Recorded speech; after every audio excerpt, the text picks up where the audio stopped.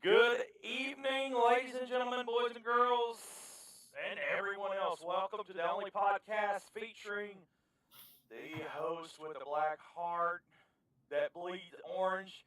And yes, he does sleep in custom-made leopard skin jammies. Without further ado, I give you the one, the only, Jake Rutledge. What's up, everybody?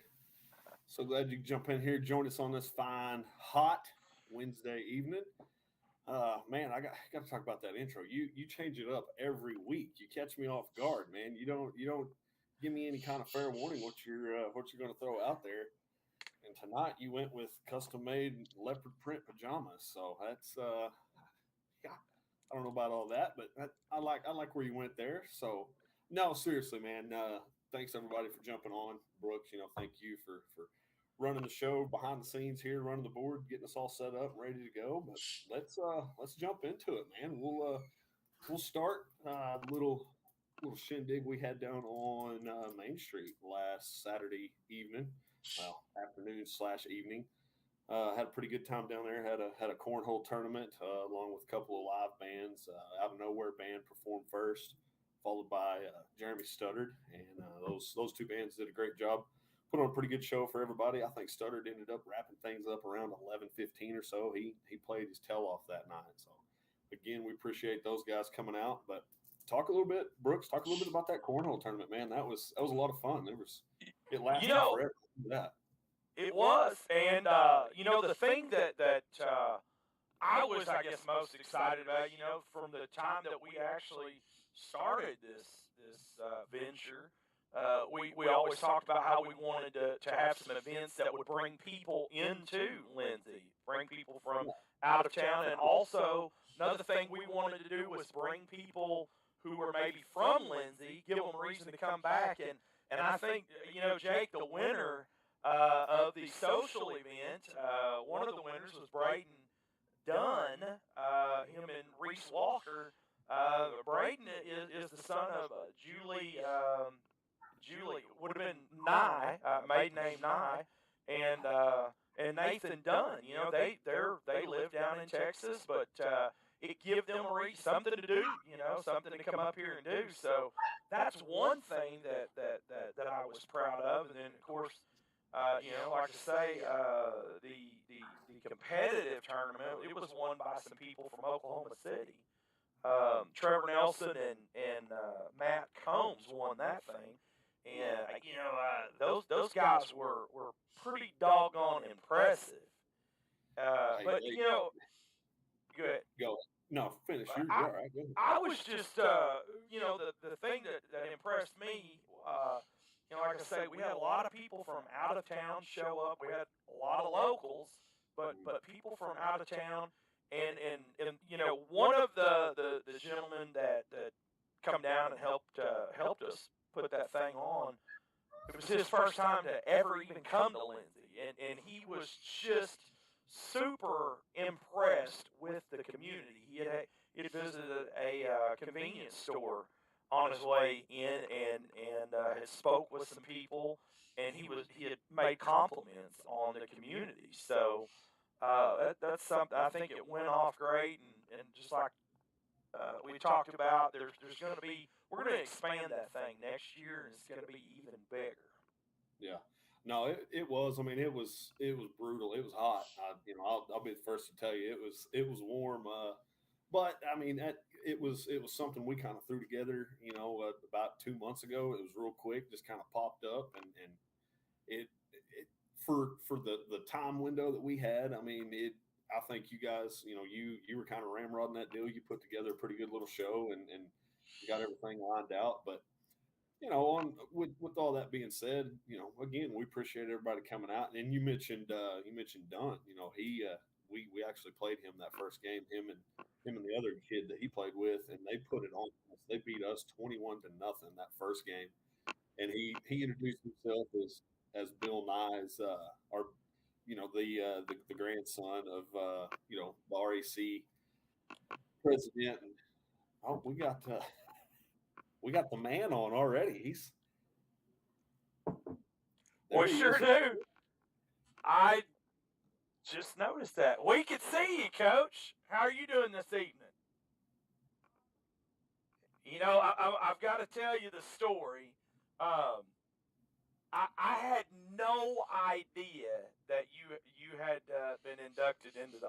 I had no idea. I didn't know, and I'm sitting down dinner with a few people, and I'm scrolling through my Facebook, and yeah, I know everybody's going to give me a hard time for sitting down at the dinner table scrolling through Facebook, and I see that your picture there with you receiving that award, and I jump up and I'm doing the fist bump thing, and and everybody's looking at me like I'm crazy, and my friend that's with me says, "What did OU win a game or did they score one?" I said, "No, my coach just got this award," and I had to tell him about it. So I know I just want you to know we're all excited for you, Coach. Did we lose him? Did he drop? I think he might have dropped. I think he did. He'll be back. Yeah, he can get it back. But no, while Coach is trying to get that his connections figured out there, jump back real quick and other topics that are kind of hot right now in the state of Oklahoma. Professional softball coming to Oklahoma City, going to be here supposedly June 2023. And Lauren Chamberlain, ex OU Sooner, she's kind of ramrodding that deal. Her and a couple other individuals. They're, like I said, June of 23, going to play their home games at ASA Hall of Fame Stadium. I mean, that's something that with the amount of attention, I mean, obviously it helps to have OU and OSU, have the softball programs they have right now. They draw a huge crowd up there, at Oklahoma City. But with all that, if you can bring a professional franchise in here, and some of those girls that are leaving OU or OSU or even other schools across the country, if they got the opportunity to come to Oklahoma City and play as a pro, I think Oklahoma City is a good place to start a professional softball franchise, and that's exactly what has happened. Like I said, Lauren Chamberlain, she's helping kind of ramrod that deal. June of 23, and shoot, everybody already claims, Oklahoma City is the softball capital of the world. Why not, set up and have them play there, and it'll be a good. I think they'll get a big draw. Put it that way. I mean, there's going to be plenty of people out and about and willing to watch and come support. I believe they're going to be called the Oklahoma City Sparks, Robert. So Yes. looking forward to that, man. That'll be a good time. Yeah, I'm excited about that. I've mentioned this several times on the podcast that I personally feel like that if if if they ever get a league and they get it going, people are going to migrate over to softball in groves. MLB baseball it's on a decline. So I know personally, I plan on going to every game that I can. I personally think softball's way more exciting. So I'm excited about it. Baseball, and I'm a traditionalist. I love the game of baseball. Always have. But it has a tendency to drag out. And the MLB they've tried a few things here and there. They basically have a shot clock on their pitchers. You got so many seconds in between pitches. No more lollygagging around out there on the mound. Your batters. I can remember, a few years back, batters, they'd come up to the box and, they'd have to restrap their gloves and they'd spit on their hands and, they'd pine tar it up, this and that. And it was a chore just to get a couple of pitches thrown in like a 5-minute window, it seemed like. Yeah, it was. Like I say, there's I Coach think. right there. Brooks, yeah. I'm gonna grab him back on here. Give me is. just a second so I can get him added, and we'll get him on. Yeah. About Coach, we can see you. We're just gonna get you on the public view here. All right, you're on, Coach. And here we go. Hey, we could, Coach. Yeah, Jake, we got Jake, it. Can you hear me? I can hear you. All Hey, man, right. I tell you, if we could have done it, I'd have loved to went out there to your place and You we know could have where set I this live. deal up and we could have sat right there on the back porch and talked about Yeah. everything we're going to Robert knows where I live too. He used to work for me a little bit, didn't you, Robert? I sure did. Yeah, There you I go. was telling you, Coach. I was in the middle of dinner whenever I accidentally stumbled upon the story of your award there, and I jumped up and I'm doing the fist bump. Everybody thought they're like, "What in the world is going on with this guy?" And I had to tell them my coach just got this, so I'm excited for you, and it's definitely well deserved. Well, it was brewing ever since January and February. My coaches that I coach here with Coach Foster, Coach Tunlin, Hatley, and Coach Hayden and Ralph Riddle and all those coaches, they're deceased now, but I still have some other coaches that I played against, and my brother-in-law in Denison, Texas, and they recognized it. Then they nominated me, and I got it. And there Yeah. was 10 of us that was inducted into the Hall of Fame this year, and I was among some great guys that either tennis, wrestling, baseball or football or track or something or another, and it was a great award. We had a I had quite a few people show up. We had 2 tables of 10 chairs at each table, and it was the Marriott Hotel at Tulsa, and it was a full house in the banquet room. It was a great time. But I'm December the 11th. I'll be 82 years old, and we've been up to Tulsa 3 times in the last five weeks, and I'm kind of road foundered. Well, Coach, you mentioned a lot of names there of gentlemen that you've coached with, but this one's really extra special for us, especially for us Lindsay-ites, because you are a Lindsay product, born, raised. You've got a long, rich history, and so this is something that's super special for us. Yeah, I let me go back, and back when I was a freshman, Uh-huh. had one brother that was a junior and one was a senior. In my freshman football team, we had a bunch of old farm boys that cut broom corn and haul hay. We were tough. We were undefeated in junior high, and 4 of us played on the high school team, and we won a state championship in '55 and '58. And me and Jim Milhauser, which is one of my great buddies, he was a middle linebacker, and we made all state. Then went on to OU and played up at OU, and then I don't know. I was burnt out. I was running track and playing football and basketball, and I just felt like, man, I'm ready to do something else for Hody. And Bud Wilkerson, I could see that he was the football coach at OU, and I could see that he was fixing to retire. And I said, I'm going to get out and play a while. Then I Uh-huh. did that. Then my dad got burnt in the oil field, and me and Milhauser went to the old pool clinic up here. And he said, boys, you're going to end up me if you don't get back in college. So we went over and played football for Elvin George at East Central. And that's where I made all conference in 2 years and made all American my junior year, Uh-huh. and received a bunch of awards over there, and still receiving a bunch of awards because Yeah. somebody, when you get this career started off back in young age, you never know how it's going to end. Um, But when you accumulate all this and not really realize it till the end, and just like I say, I'm going to 82 years old and still working, still moving quite a bit, And it's been a long run, but it's been an enjoyable run, and I've accumulated a lot of honors.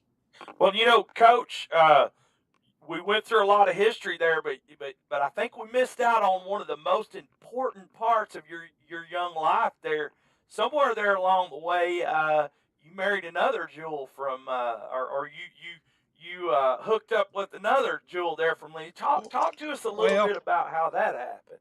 let me tell you, when the guy introduced us up there at Tulsa on the Hall of Fame, he said, "Hey, listen to this bunch." It said, Hody made All State and All American. Diane made All State, and they had 2 daughters make All State, and Jackie made All State in track. So what we got 5 state championships in football and 6 All Staters in uh, basketball and the shot put. So Uh-huh. we have got an athletic family, and That's right. there's not very many people in Oklahoma that's got 4 All Staters in the family, and Uh-huh. that's the most valuable thing that I possess right there is my family in that area. Then I Yeah. had another brother just passed away about 5 weeks ago. He was one of the best athletes that ever come out of Lindsay. Gene Hunk Estes. He was a state championship in the shot put. He made all state in basketball, and he was on the 55 state championship football team. And what I did, I went up to the school and talked to Chuck Carp, and I got his statue out of the trophy case. And when we went to the Hall of Fame banquet, I put it on my table, and people come up and looked at it and said, "Who is that guy?" And I said, "That's Gene Estes. He one of the best athletes that ever come out of Lindsay. He played basketball up here at Tulsa University, and he was a great athlete." Uh-huh. So, Coach, how long? First of all, when did you and Miss Estes? When did you guys get married? 1962. And 1962. yeah, it's a funny thing how this happened. And I had a girl when we had our 60th wedding anniversary about 2 weeks ago at the church. Uh, Sherry Wells asked me, said, "How did you meet up with her?" And I said, well, let me tell you, Sherry. I said, I was going with one of her friends at one time, and she moved off. Then I got involved in cowboying, rodeoing, horses, which I love horses, and I'm still a cowboy. And I said, Diane was the rodeo queen, and I was out there, and I got to kiss the queen. And I guess that started a love affair right there because I got to kiss her. Well, you know what, Coach? I bet there's a young lady out there that sure wishes she hadn't have moved away. No, she's probably better off than I did. You never know how life goes. What if I'd have stayed hooked up? What if she'd have stayed here at Lindsay? I may be on Skid Row now. Who knows? Yep. That's possible. Well, Coach, so talk to us a little bit about how was it that you became a coach here, and also how long were you here? Okay. When I first got my degree, I started. I had a football coaching job at Wayne, Oklahoma, and I went over there and talked to the athletic director, and he more or less talked me into coming there to Wayne for $5,000 a year. Boy, that's a lot of money back in those days. Wow. And, then Tommy Holt was coaching over at Maysville, and he called me and said, I want you to come over here and interview for this job. He said, we've got a high school girls basketball job open and assistant football. He was the head football coach. And I said, well, I know a little bit about basketball. I said, I've got a wife that played basketball, made All-State, and I know Coach H.O. And I said, I love football and girls basketball. And so I hard out there, but I got a $5,000 raise. I started making $5,500 there. So I bettered myself $500. But yeah. I went into the gym there, my first session with the girls, and I had 36 of them. I set them down, was going over the whole game rules and plans. And this one girl said they hadn't won a ball game all the last year. I mean, they didn't win a ball game. And I said, we got a lot of work to do, girls. This one little old gal raised her hand and said, Coach Estes, what about me? And I said, well, what about you? She said, I can't walk upstairs and chew the gum at the same time. And I said, well, we got a problem with you. But we did. We worked real hard. And I think we won maybe 4, 5, 6, 7 games that year. The next year we improved it about 13 to 14 games. Then Coach H.O. was having to coach the 7th, 8th, and 9th grade girls and the high school girls, and Coach Tunnel needed an assistant football coach. So they came out at my house where I'm sitting right now, and they said, we want to hire you as assistant football coach and help Coach H.O. and the girls. And I said, okay, I would love to come back home because we lived on Highway 76 where Kelly had the chicken farm there. We lived in a little house right there, and I driving back and forth to Maysville. And Diane was still working on her degree, and so I signed the contract working for Lindsay after the 3rd year that I started coaching, and I fell in love with the girl program that I had because I inherited the little dribblers, 4th, 5th, and 6th grade little dribblers, teaching fundamentals because I'm definitely a fundamentalist. Then I coached the 7th, 8th, and 9th grade girls and helped Coach H.O. with the B girls and the high school girls. And you know how successful we were because on my biography on my Hall of Fame ended up 585 wins and 125 losses. So that's 85% wins. So that ain't a bad record in girls. Not bad at all. And we were undefeated about 3 or 4 different times in my time of coaching here with the girls. So now, Coach, wasn't basketball a little bit different back then for girls? Yeah, it was 6-on-6. You had 3 guards bring the ball up, and you had 3 forwards. And man, did I have some powerful forwards! I guarantee you, it was great.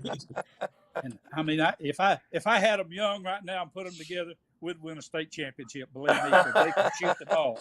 They were pure shooters. But we worked on that shooting all the time.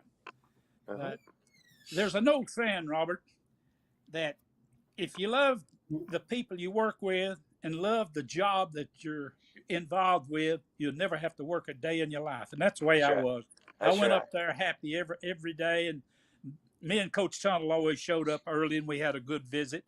And it was a different group of guys that worked together, and we just loved each other. I mean, that's the reason why we were so successful, because we knew what we were doing, and we didn't have a whole lot of summer programs back then, like they have the passing league and baseball and basketball and all that. We had to work. We cut broom corn and haul hay, and there's a lot of times we had to come up there and take a shower before we put our pads on to go practice. And back in those days, we worked 2 weeks of two-a-days before we had a scrimmage and started playing football. And like I say, we had to take a shower before we put the pads on. And these guys now, appreciation, they don't know. We were in the old gym underneath the bleachers. I don't know whether y'all been in there or not, but it was the dungeon. Had a shower on one end, a shower on the other end for the junior high, then an open commode and a urinal over there that was open. And the coaches had a cage for their coach's office with a little bit of equipment in it. And back in the entry of the old gym upstairs, that's where we had our shoulder pads and the pants and all that. So it's different back then. These guys are to really go up there and see that. They would appreciate what facilities they got now. Yeah, that's where our locker rooms were, and man, it stunk too. Yeah, it stunk. It definitely did. And back then we had those old wooden lockers, and we fell out of there in that round concession stand. That's where they done the taping. We'd fall out by the ticket office and go straight out by the bus garage, and that's where we practiced ball. Yep. Yeah. About the only memories I have there of the old gym, as we call it. I can remember, Saturday morning league basketball. Coming up 4th, 5th, 6th grade. My old man, Big Jake, as everybody called him. He was helping coach, and I remember, man, Saturday mornings down there playing basketball. It was so stinking cold in that gym. I mean, they had one little heater up there in the corner. And, most weekends that thing didn't work. Well, we'd go through the rest of the school year and come football season. Well, where'd we go check our pads out? Up those stairs. And we had to rummage through old shoulder pads and thigh pads, knee pads, helmets, and it was always a race. You got to find the best helmet. You didn't want to get left with one of them old school helmets with the crossbar, down the front of your nose or something. Yeah. And it was that's about my fondest memory of that old gym. Just playing little league basketball there and then checking out our football equipment. Because once I kind of got up, I spent about a half a summer in the locker room there, where you walked across the alley and you come in to Burford Field from the east end zone there. And then after that, I mean, once we kind of moved from there and had the new field house built over there, would be on it would have been like right around the old automotive building and what is the ag building? Right. That was our new field house. That was a Coach Mike Robertson, when he was here. That was something he helped kind of get going. John Inman, current high school principal, he was kind of behind it. Jeff Hall, he was involved in it, and then of course by the time I'm a senior, Coach Robertson he takes a job in the pharmaceutical field, and in comes Tommy Ferguson, current athletic director. And I was talking to Eric Dotson about this the other day. He came in with this group of seniors that had been taught up for 3 years, and we were kind of still in this Coach Robertson mode, right? And Tommy came in and he sold us in about 2.5 weeks on his game plan and his mentality. And so that just a quick rundown of everything, from my remembrance of the old gym up into, what they have now, obviously with the new Burford Field. See, my graduating year is the last year that we played basketball in the old gym. And the first year that we graduated in the auditorium, which back then, those days, was the new auditorium. Right. And the next year they started playing in what they call the middle gym now, the Coach Haley gym. Haley Arena. But it's been a long run there. But let me run down. You was interested in my biography deal that I've had. My senior year, we won. I was all conference in football, all state in '58, state track meet, I got third place in the shot put. My junior year, I got second place in the shot put. My senior year, I got second place in the shot put. Jerry Rung would always beat me 1 foot. If I went to another track meet, I would win it. But if something happened to him, I'd have won state. But he beat me every cotton picking time we went somewhere. But believe it or not, sometimes I ran on the relay, and I threw the shot put in the disc and run on the relay sometime. But my freshman year up at Oklahoma University, I was first team on the freshman team. In my sophomore year, I was one of the first sophomores that ever started for Bud Wilson, and we had the platoon system then, where the first team would go out and play about 7 minutes, then the second team would come back in and play about 4 or 5 minutes, then the first team would go back in and play. And East Central, I made all conference in 1962 and 1963. I made All-American in 1962. Myself and Diane, in 1950, I got the all-time great Jim Thorpe Award, all-decade award, and Diane got it in the 60s, so that's a big accomplishment for our family. Then East Central, I got the Hall of Fame Award and the Joe B. Mollum Award. And when I made All-American, I was first team defensive tackle. I coached at Maysville for 2 years under Tommy Holt and the girls basketball. I coached here at Lindsay for 27 years. And then after I played ball at East Central, I was drafted in the 11th round by the Minnesota Vikings. And I played up there, and I was the last rookie that got cut by them. Then after that, I came home and finished. Me and Diane went over to East Central and got her degree. Then I started coaching at Maysville after that. But just like I said, of all of my accomplishments, none of them is more important than my wife and my 2 daughters that won all these championships and all-state awards and all that. And if you'll go up to the new gym, if you look over there on all the honor row of all staters, you'll see a lot of Estes people up there on it when it first started. And I didn't really realize that. And somebody pulled me over and said, "Look here you are up here." I looked and I said, "Yeah, we're up there a few times, aren't we?" I said, "Come over here and look at my daughters and look at my wife. They're up there too." Yeah. But we've won a lot of ball games. But it's been a good run. And here a while back, I had 2 of my best buddies. They come here to visit me. One, Harrison Durbin, was a great back. I got to tell this story on him. He was a great back. He ran track, and he won 4 gold medals every track we went to because he had so much speed. He was our back in high school when we won a state championship in '58. We played Ardmore Douglas, and whoever won that game is going to go in and win a state championship because we played Wilson. We beat Ardmore Douglas to win a district. Then we played Wilson the first round, beat them 56-7. We played Hobart. We beat them 14-0. They had a great player in Melvin Sanderfield, and he went to OU and played ball too. Then we played Moore. You know how big Moore is now. We played them, and we beat them 27-7 or something like that. The coldest ball game I've ever had to play in my life.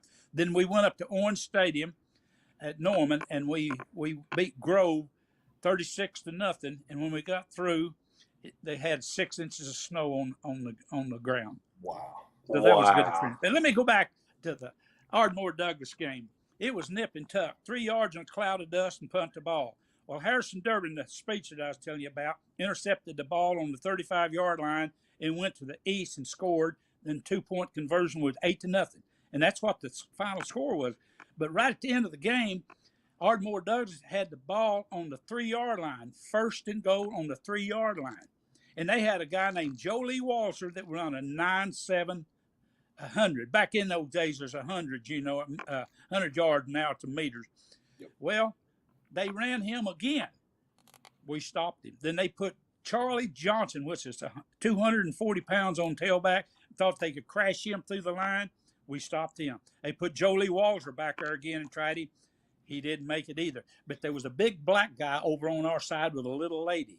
And that big black guy said, The good Lord knows that ball went over that goal line. That little lady looked up at him and said, the good Lord wasn't refereeing.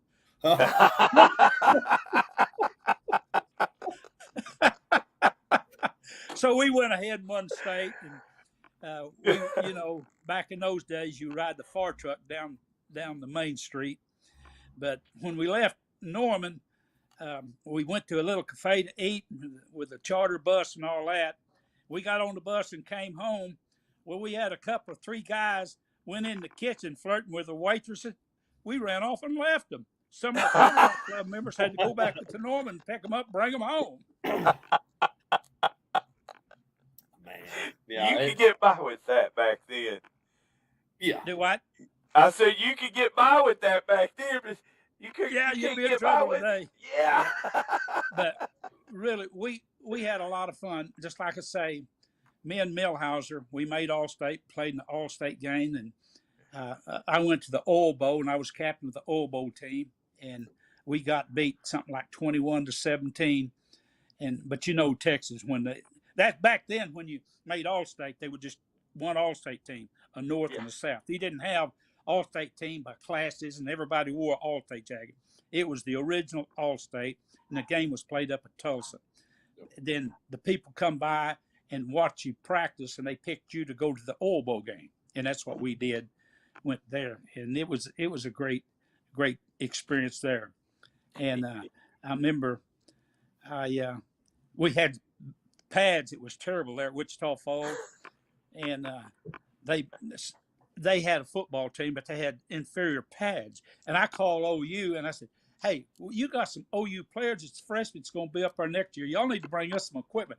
The next day, they brought a van with all good equipment down there. Believe me. But, the other day, after this Hall of Fame deal, I got a letter in the mail from OU. And Diane said, what's that letter? And it was the head football coach wrote me a letter congratulating me. And I got another when we got recruited. Me and Millhauser got recruited. OU. Bud Wilson come down and made a speech at the banquet. So I got his letter and the other coach's letter in a frame over there. That's pretty important to me right there. Wow, that is cool. It is. We've talked quite a bit about football here. And, I think that's probably something that's changed a little bit. Back in your day and even my day, it was a run-heavy game. Heavy on the defense and run heavy. Now it's changed drastically. We always call it 3 yards and cloud of dust. That's right. We had the manpower up there, and we had Harrison Durbin was a speedster. We get him outside, and if we blocked real well, he could run through there and go. Then Leonard Keck had a foot that was wide, had good balance. We called him duck foot because his foot was so wide, and they couldn't hardly knock him off balance. Then Billy Stone was a junior, and he made All-State in basketball and football and won a state championship in the shot put. And he had 12 yards per carry as a back his senior year because he had a great line in front of him. I mean, he was a hoss. But he's passed away. Now, in fact, the whole backfield on our team has passed away. And there's always an argument of 55 and 58 state championship, who could win. And my brother was the senior, but me and Millhauser played a lot as a freshman on that team. And I said, Wayne, we could beat y'all. I said, we had hosses up front, we had speed, we had power, we had Billy Stone and Jim Millhauser, middle linebacker. I said, we could beat y'all. He said, I don't think you could. And I said, well, we could do it now because most of your people have deceased. And we still got more alive to do that. Another thing, y'all know Bob Mashburn, don't you? Oh, yeah. He played right next to me my senior year. And we went to Bobby Hutto and Carolyn Hutto one time. And I asked Bob, I said, Bob, don't you think we could beat that 55 ball team? He said, I think we could, but I said, Wayne don't think we could. And he wants to get together and play an old man football team. He said, Hody, I don't think I could play but one play. And I said, Bob, we'll put a corpse in front of you. Golly. Hey, it gets pretty deep around here sometimes. I guarantee you. Coach, you hadn't changed a bit. You know, You what? I said you haven't changed a bit. Oh, I hope not. I You hope know, you not. haven't even aged either. You know, you look the same as you did Well, 30 years ago when I was in school. yeah, I during that 60th anniversary, I got up and made a little talk about my family and about Diane. That I'm so proud of her. She's a worker. You know, I've had a shoulder replacement 2 months ago, and they reversed that. It's a reversible, and I'm in therapy now. You can see my therapy shirt because I got therapy in the morning. And I took a shower, and so I put it on. But anyway, she while I was down, plus I had hand operations, she always gets out and mow the lawn and works in the garden. She run the rototiller and does a good job at it. You know, I may have to pull it and get it started, but um, if I'm a little bit short-handed on cutting hay, she can cut hay. I got enough tractors. She can get in one, and Jackie getting one, maybe me getting one, and we can cut hay. And she can bale hay with the uh, 480 469 mega mash baler, and she helps me haul hay, and she's a hand. Plus, Yep. I told her people, I said she mows the lawn, and I said I bought her a John Deere 0 turn lawnmower and put her out in the pasture and taught her how to drive it, and she loves to drive it, so she's making a hand. Well, But Coach, she does a good job around the house. Good and garden and lady, good cook. and and one of the best English teachers there ever was. I agree. I agree with I'll you. guarantee you. I'll guarantee you.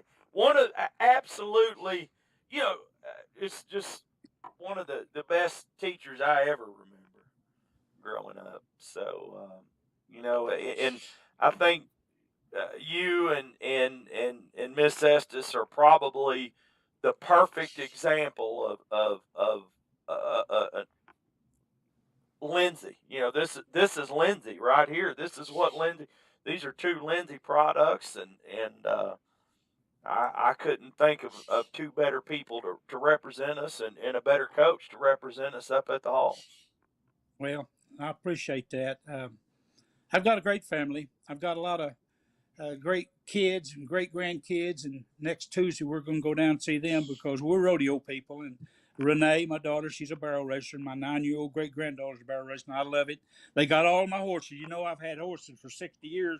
They Oh, come and Yeah. stole all the horses. So I got to go down and see my horses and see my kids, my girls. But Well, that's kind of our entertainment now. But have that you? was that Go was ahead, one Jay. thing I was gonna ask you about, Coach. So years ago, me and Mom and Dad, we moved out there on the yes, south side of Charlie Jones, and you know we had Randy Keck on here last week with us, and we talked a little bit about Preston and Linda and Charlie and Barbara, you know, and some of the stories I heard just leaning across the fence listening to Preston and Charlie were unreal. The conversations those two used to have. I mean, it was hysterical. But I'm young. I'm a sponge, and I soaked all that in just listening to them two yahoos and living out there kind of by you guys. I can remember.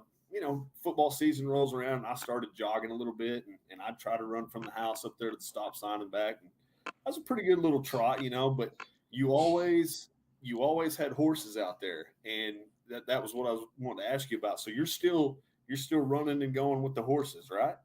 I hadn't been out well, there in years. I built this indoor arena out here, an outdoor arena, Mm-hmm. and for 5 or 6 years, there's a lot of people come here, and I had 2 or 3 sets of calves we team sorted.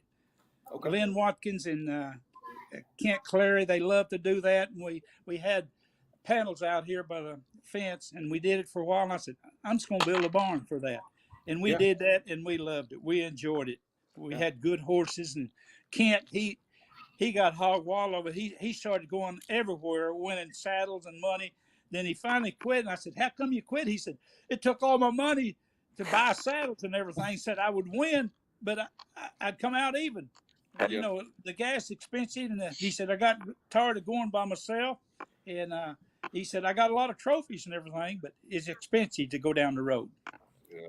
Yeah. Yeah. But uh, Well, right now, I don't have a cow on the place. I don't have a horse on the place. Now, over at my ranch, I got cattle over there, and I bought Jackie that John Hillen place over there, 15 acres, and she's got a few head right there next to it, and she loves what she's doing over there. But one thing about it, I'm going to start talking a little bit of religion to you now.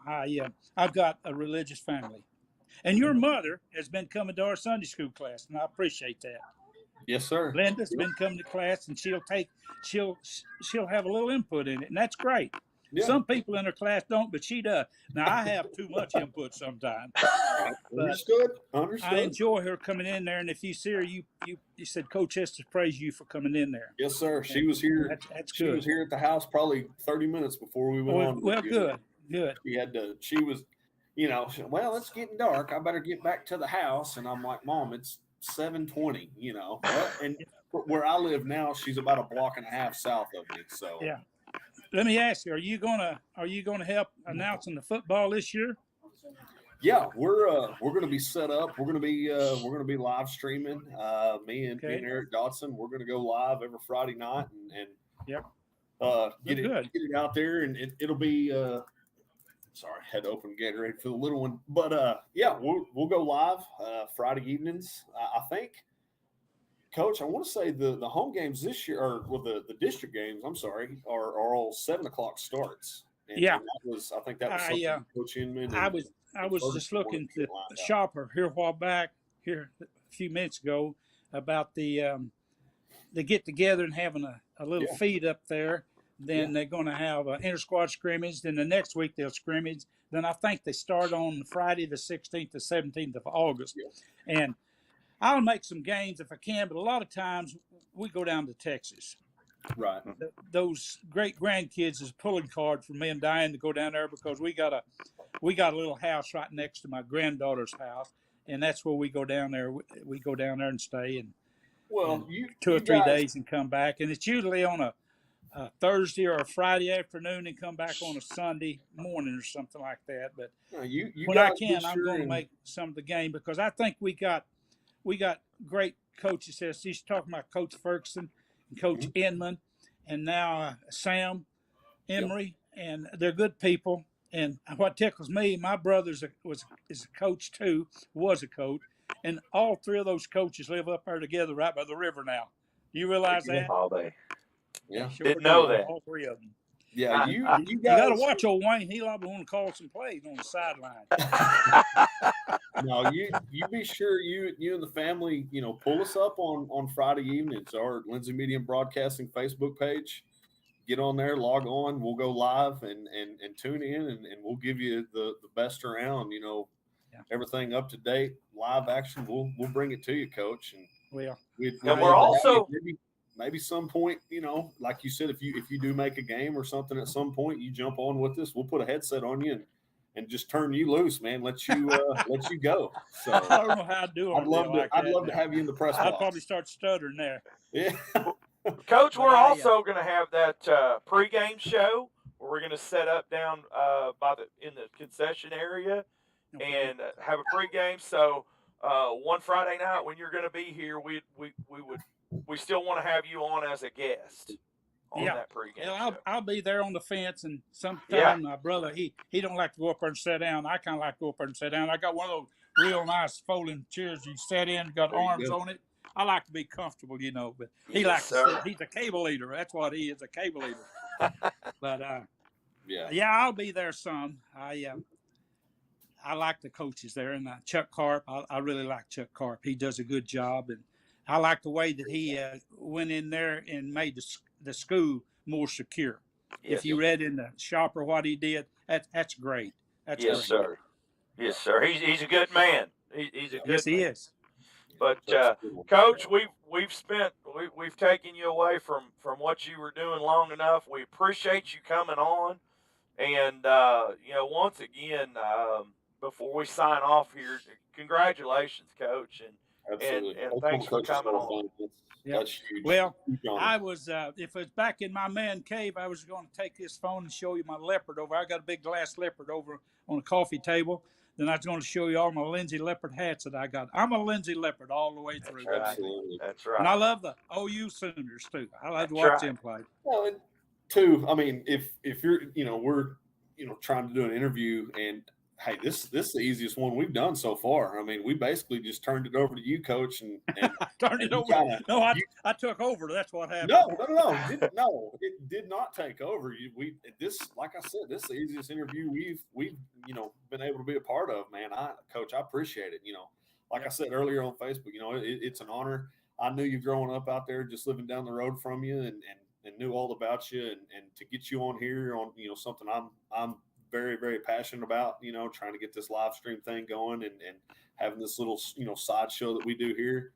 I appreciate it very, very much, and I know there's some youngsters out there that might not have had any clue who we were talking to tonight, but to give the little rundown, the history rundown that you gave, I couldn't be more appreciative, man. I appreciate it so very much, Coach. Well, I appreciate you guys asking me. When you first called today, I was helping Lynn Watkins load 40 joints of 2 and 7/8 tubing, which he had asked me to do it, but I didn't do it out in the heat. I done it with my big tractor. There you I go. let Lynn and his nephew do it on the end of the pipe. But I appreciate y'all calling me in. But Sam Embry, when he starts his 2-a-days, he wants me to come up there and talk to the boys before they practice, Absolutely. and I'll have a few things to say to them. There you go. There you go. Yep. Well, Coach, we're gonna call it a night, and once again, thanks for coming on, and everybody out there watching, thanks for tuning in. We'll see you next week.